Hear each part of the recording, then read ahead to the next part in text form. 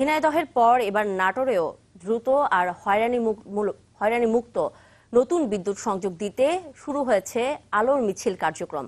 আবেদনের সাথে অটোরিকশায় প্রয়োজনীয় উপকরণ নিয়ে গ্রাহকের কাছে পৌঁছে যাবেন নাটোর পল্লী বিদ্যুৎ সমিতি 1-এর সদস্যরা। ওয়ারিং থাকলে মাত্র 550 টাকা ফি দিয়েই পেয়ে যাবেন নতুন সংযোগ। কর্তৃপক্ষের এমন উদ্যোগে খুশি এখানকার স্থানীয়রা। আবেদনের কয়েক ঘন্টার মধ্যেই পাওয়া যাবে বিদ্যুৎ সংযোগ। অটোরিকশায় করে প্রয়োজনীয় উপকরণ নিয়ে গ্রাহকের কাছে উপস্থিত হবেন নাটোর পল্লী বিদ্যুৎ সমিতি 1-এর দল। হয়রানি মুক্ত নতুন বিদ্যুৎ সংযোগ দেওয়ার লক্ষ্যে শুরু হওয়া এই কার্যক্রমের নাম দেওয়া হয়েছে আলোর মিছিল।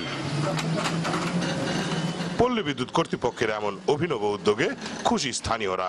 জানান, আলোর মিছিলের মাধ্যমে এরই মধ্যে বেশ কিছু বাড়িতে দেওয়া হয়েছে বিদ্যুৎ সংযোগ। গতকাল বিদ্যুৎ অফিসে আমি দরখাস্ত করেছি, আজকে আমার কারেন্ট দিয়ে গেছে। আমরা সাধারণ মানুষেরা হয়রানি হতে হচ্ছে না, কারণ এখন আমরা সাথে সাথেই বিদ্যুৎ পাচ্ছি।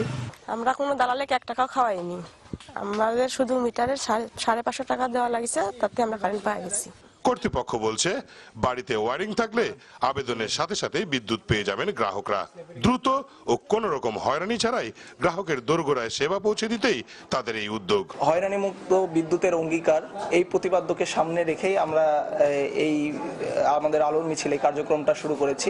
স্পটে ওখানে সদস্য করব, ওখানে জামানতের টাকা জমা নিব এবং গ্রাউন্ডিং আর মিটার বোর্ড আমরা ওই গাড়িতেই রাখবো, যাতে মানুষ তাৎক্ষণিকভাবে ওখানে বিদ্যুৎ সংযোগ পায়। নাটোর পল্লী বিদ্যুৎ সমিতি 1-এর আওতাধীন 6টি উপজেলা 2018-19 অর্থ বছরে মোট 620 কিলোমিটার লাইন নির্মাণের লক্ষ্যমাত্রা নির্ধারণ করেছে প্রতিষ্ঠানটি। দেবাশিস কুমার সরকার, চ্যানেল 24, নাটোর।